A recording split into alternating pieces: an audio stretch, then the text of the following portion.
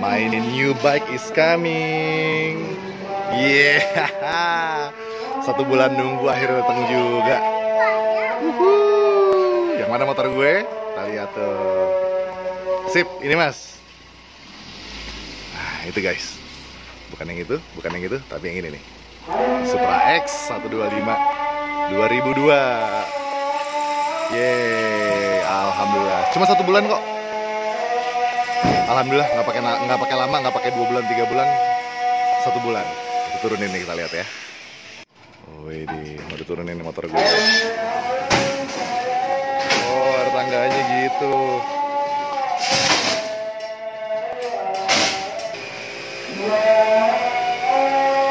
Oke, diturunin.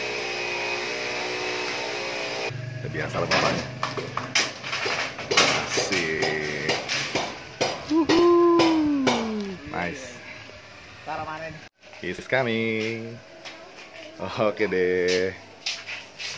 Ini aja pak. Sip. Masih plastikan.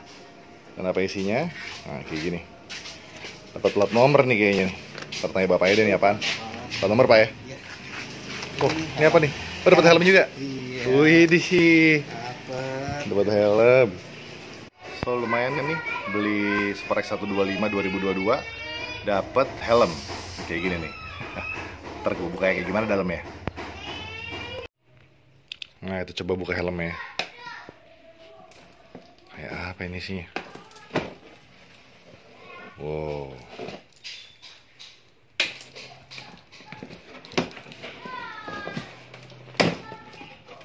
Yep.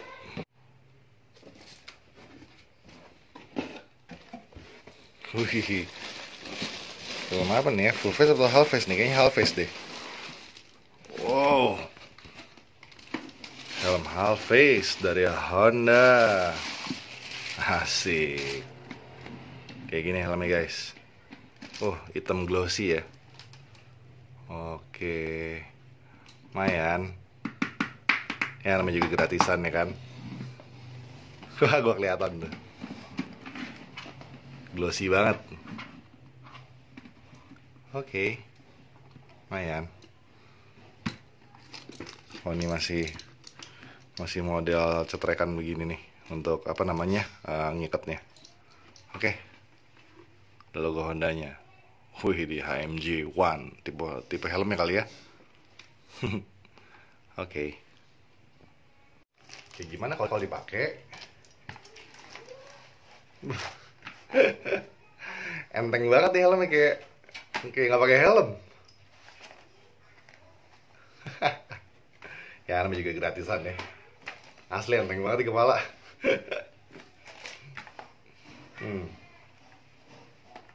Muat sih, ukuran kepala gua L nih. Asli nih. Ya oke lah. Ya untuk cluster meternya analog, cuman ada speedometer. Habis itu di sini ada fuel. Sini fuel. Ini ada buat cek engine. Ini buat lampu, ini buat apa namanya gigi indikator netral, gigi 1, 2, 3, 4. Nah yang satisfying adalah, lihat dong, odonya. Odometernya masih 0,0000009. Motor ini baru jalan 900 meter guys. Dikit lagi jadi 1 kilo nih. 900 meter mungkin saat di pabrik kali ya. Ini asli satisfying banget nih lihat gue. 0,000. Ini pemandangan langka yang tidak akan terulang lagi ketika dia udah jadi operasional harian gue.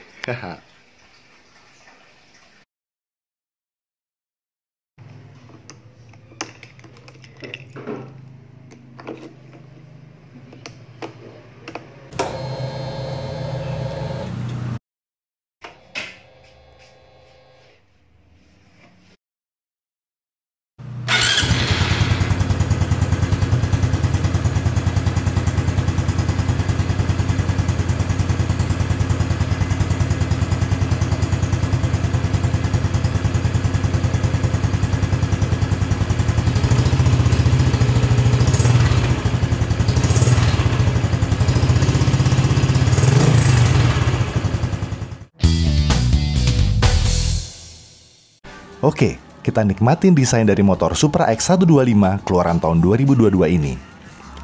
Menurut gue, overall desainnya modern, elegan, tapi masih sporty dan sedikit agresif guys. Dari samping, sudut-sudut motor ini tuh kelihatan meruncing ya. Dari bodi depan samping sampai dengan ke spakbor depan, dan dari bodi samping sampai ke bagian belakang. Tarikan garisnya tuh kelihatan tegas. Nice. Jadinya, motor ini tuh nggak kelihatan plain dan nggak terkesan motor bapak-bapak gitu. Bodi depan sampingnya juga keren nih. Tarikan garisnya terus sampai ke bagian bawah dan bercabang juga sampai ke belakang yang warnanya gradasi dari merah ke dominan hitam. Anyway, motor ini berwarna energetic red. Yes, gua suka warna merah.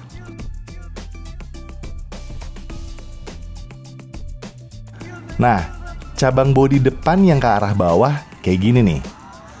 Menurut gue keren, karena kelihatan tegas dan seolah itu menjadi engine cover bagian depan, yang padahal bukan. Masih di bagian bodi bawah, ada shape yang gue suka nih. Di depan mesin itu ada bagian yang meruncing ke bawah dan kelihatannya dia berfungsi kayak sedikit jadi pelindung bagian samping kanan dan samping kiri kepala silinder mesin. Kita balik lagi ke bodi bagian samping. Ada stiker logo Honda dan angka 125 yang merepresentasikan kapasitas mesin motor ini yaitu 125 cc. Motor ini juga sudah ada DRL yang menyatu dengan lampu sein pada bodi depan. Desain rumah lampunya juga meruncing dan memberi kesan agresif. Untuk lampu utama atau headlampnya menggunakan dua bohlam. DRL dan headlamp belum LED. Dan kalau siang, kayak gini nih nyalanya.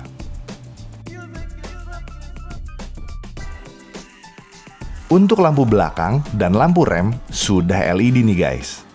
Balik ke bodi bagian tengah, ada stiker PGM-FI, singkatan dari Programmed Fuel Injection. Artinya, sistem bahan bakar motor ini sudah injeksi yang diatur secara elektronik. So, motor ini sudah tidak menggunakan karburator. Canggih juga nih motor bebek. Lanjut ke bodi bagian belakang. Ada tulisan Supra X di bagian samping kiri dan kanan bodi. Huruf X-nya itu entah kenapa buat gue keinget sama Samurai X ya. Lanjut kita ke bagian velg dan kaki-kaki. Gua pilih tipe CW alias sudah velg racing. Nah, velgnya itu palang 5 kayak gini guys. Karena gue suka velg racing palang 5 dan kelihatan pas aja sama motor ini. Karena ada juga tipe SW yang velgnya itu masih jari-jari. Dan kalau nggak salah rem belakangnya belum cakram. Ban bawaan menggunakan merek Federal. Ukuran bannya itu untuk ban depan 70/90 R17. Dan kayak gini tapak ban depannya guys. Untuk ban belakang ukurannya 80/90 R17. Dan kayak gini tapak ban belakangnya. Ban bawaan motor ini masih tube type alias belum tubeless alias masih pakai ban dalam ya guys. Motor ini sudah dilengkapi rem cakram untuk ban depan dan juga ban belakang. Piringan remnya sudah cross-drilled alias bolong-bolong agar pengereman lebih optimal pada rem depan dan juga rem belakang. Rem cakramnya buatan Nissin yang sudah terkenal membuat rem performa tinggi guys. Untuk cakram depan dan belakang masing-masing menggunakan satu piston pada kaliper remnya. Untuk shock breaker sudah menggunakan Showa. Gokil, udah kayak yang dipakai di motor sport. Untuk ukuran motor bebek, asli, keren banget sih ini. Udah pakai brand kayak begitu ya. Untuk mesin, kayak gini nih bentuknya. Tipe mesinnya itu 4 langkah alias 4 tak, SOHC 1 silinder. Kapasitas mesinnya 124,89 cc alias 125 cc.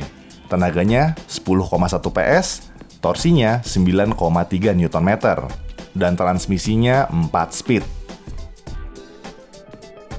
Busi ada di sebelah kanan kepala silinder mesin. Kalau yang di sebelah kiri ini gue nggak tahu ini untuk apa. Buat yang tahu silahkan komen ya. apakah sensor atau apa itu. Motor ini masih disediakan kickstarter di area footstep kanan rider. Penting nih, kalau aki habis, masih tetap bisa nyalain mesin kan? Di area footstep kanan rider juga ada pedal rem belakang. Di area footstep kiri rider ada pedal untuk pindahin gigi. Nah, pedal untuk naikin giginya ini kelihatan kayak buat motor kopling, padahal ini tetap diinjek doang, bukan dicongkel. Untuk turunin gigi, injek pedal ini pakai tumit kaki kiri. Untuk knalpot, kayak gini nih desainnya. Kelihatan elegan karena ada cover warna chrome kayak gini. Tapi saat knalpotnya panas, ternyata covernya juga panas loh. Hati-hati guys. Kayak gini desain dudukan footstep untuk boncenger, alias penumpang. Gue suka nih desainnya karena menurut gue sih kelihatannya keren. Desain batok lampu motor ini menurut gue termasuk elegan dan dewasa, tapi tetap dinamis. Tempat minyak rem depan ngumpet rapih di sisi kanannya nih ya. Tapi gue kurang suka sama jidat dari batok lampu yang kayak kelebihan gini nih. Buat apa sih ya? Aerodinamika? Atau windshield? Malah kayak alien sih menurut gue. Desain spakbor depan kalau diperhatiin juga kayak agak kepanjangan ya. Dan mirip kayak pedang jadinya. Itu gue kurang suka. Untuk spionnya kelihatan berisi dan ada teksturnya loh. Tidak plain, nice. Stang bagian kanan cuman ada tombol starter, nggak ada apa-apa lagi. Stang bagian kiri ada tombol lampu jauh, lampu deket, klakson, dan juga sen. Nggak ada tombol on-off untuk lampu. Karena ketika masih nyala, maka otomatis semua lampu menyala kecuali lampu sein. Kayak gini desain lubang kunci kontaknya. Udah ada pengaman kunci yang dibuka manual. Dan untuk buka bagasi juga melalui lubang kunci ini. Dan cukup dorong kuncinya aja, dan jok akan bisa dibuka.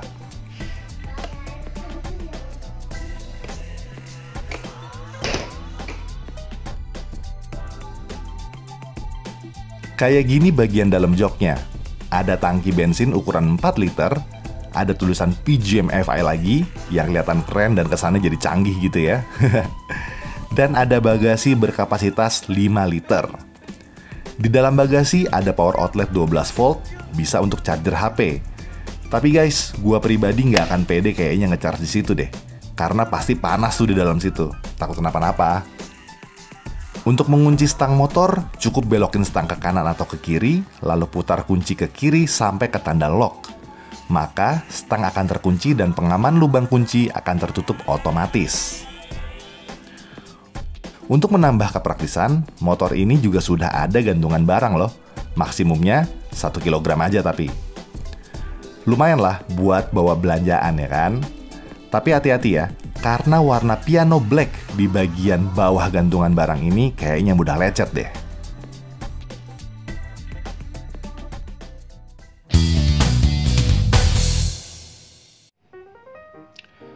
Oke, kalau kita beli motor ini pastinya dapat buku pedoman pemilik sama buku servis. Nah ini penting guys. Jadi gue membiasakan diri untuk membaca dulu tentang produk apa yang gue beli gitu ya, biar nggak salah handle. Dan di sini ada beberapa poin penting yang udah gue kasih tanda-tanda kuning ini nih buat gue share ke lo. Coba kita lihat apa aja nih ya. Nih, jadi di buku ini lengkap men. Mulai dari cara berkendara yang safety, kemudian di sini ada juga bagian-bagian motor ya. Tuh lu bisa lihat tuh bagian-bagian motornya apa aja. Terus sama ini nih yang nggak kalah penting. Banyak yang nanya, in-rain tuh perlu nggak sih gitu ya? Untuk motor-motor keluaran sekarang katanya banyak nggak perlu, bilang nggak perlu gitu kan? Nah coba perhatian baik-baik nih. Untuk motor ini tuh lo lihat. Periode pemakaian pemula, selama 500 km pertama, ikutilah petunjuk berikut ini untuk memastikan keandalan dan kinerja kendaraan Anda di masa mendatang.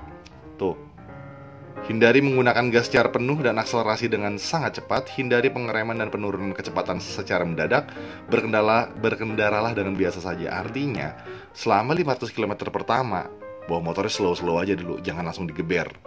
Gitu, biar awet, ya kan? Terus juga ada nih cara ngidupin mesin yang bener, gue baru tahu juga nih. Kalau dalam keadaan dingin tuh ya. Jadi kalau pakai apa namanya switch starter gitu, starter yang dipencet, tapi buka apa namanya gasnya itu dibuka juga dikit gitu. Baru tahu nih gue nih. Terus kalau kita mau bepergian naik motor di atas ketinggian 2500 mdpl gitu, harus konsul juga ke ahasnya.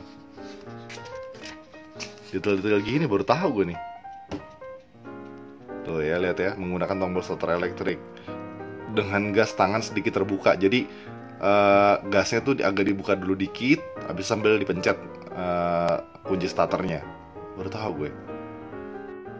Nah, terus di sini juga dikasih tahu nih cara apa namanya pedoman mengisi bahan bakar yang bener tuh kayak apa. Ternyata nggak boleh full banget. Cukup sampai dengan tepi bawah leher tangki itu maksimal itu guys. Jangan mengisi bahan bakar lebih dari tepi bawah leher tangki. Wah, self reminder nih. Dan di situ kelihatan bensin yang dipakai itu adalah RON 88 atau lebih tinggi.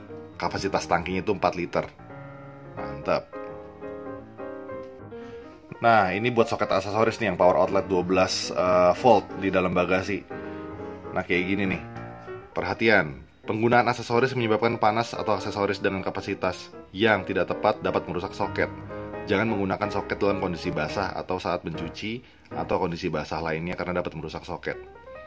Ya, tadi gue udah coba motor ini ya, habis gue bawain Rain kelalang keliling. Dalam bagasi itu panas guys. Makanya, sekali lagi sih gue pribadi nggak akan pede ya ngecharge handphone di dalam bagasi motornya. Panas. Yap, karena baca buku pedoman ini, gue juga tahu ternyata ada tempat naruh dokumen di situ. Kecil sih gue udah cek, tapi mungkin lebih tepat buat naruh buku manual atau buku servis aja kali ya. Ya, ditegasin lagi, untuk gantungan barang maksimum 1 kg yang dibawa ya, jangan lebih. Jadi bawa anak kambing nggak bisa di situ. Nah, ini spesifikasi untuk komponen utama motornya. Nih bisa lo pause dan lo baca-baca nih ya. Dan kalau lo beli motor ini, pasti lo bisa langsung juga baca bukunya. Tuh. Nah, ini juga bagian penting nih guys, tentang tekanan ban. Nah, ini kalau di mobil gue sih rajin nih ngontrol tekanan ban gue tiap bulan, dan tiap 3 bulan gue akan kuras nitrogennya. Ini udah gue pakai nitrogen, dan berdasarkan buku petunjuk ini, untuk ban depan, jika kita tanpa boncenger ya, riding sendirian, itu tekanan ban depannya itu 29 psi. Kalau bawa penumpang atau boncengers, itu 29 psi juga, sama. Untuk ban belakangnya, kalau kita berkendara sendiri, 33 psi. Yang belakang, kalau ada boncenger, 33 psi. Sama aja dong kalau gitu ya. Tapi ini penting nih, jangan sampai kurang ataupun berlebihan tekanan ban kita. Nah, terus pas di bengkel nih, pas gue ngambil motor ini, dikasih tahu kalau gue rajin servis gitu ya, maka si PGM-FI-nya atau si sistem injektornya itu dapat garansinya 5 tahun. Dengan catatan gue harus rajin servis berkala di bengkel, di ahas. Dan untuk garansi mesinnya sih 3 tahun gitu. Cuman yang gue tangkap adalah ininya sih. Kalau misalkan gak rajin-rajin servis ya ini mungkin bisa angus. Kayak gitu guys. Ntar gue tanya lagi lah. Nah, terus gue juga dapet 4 voucher nih. 1 voucher untuk gratis oli dan jasa, dan 3 voucher untuk gratis jasanya aja. Ini untuk perawatan rutin nih guys. Jadi di situ bagus dikasih tahu di kilometer berapa dan tanggal berapa gue harus balik ke bengkel. Jadi kilometer ataupun tanggal mana yang duluan tercapai. Nice. Dan secara umum inilah yang menurut gue paling penting, yang paling harus dinotis, yaitu tabel kupon perawatan berkala atau KPB. Di situ kelihatan kita harus datang balik lagi ke bengkel tuh di tiap kilometer berapa aja.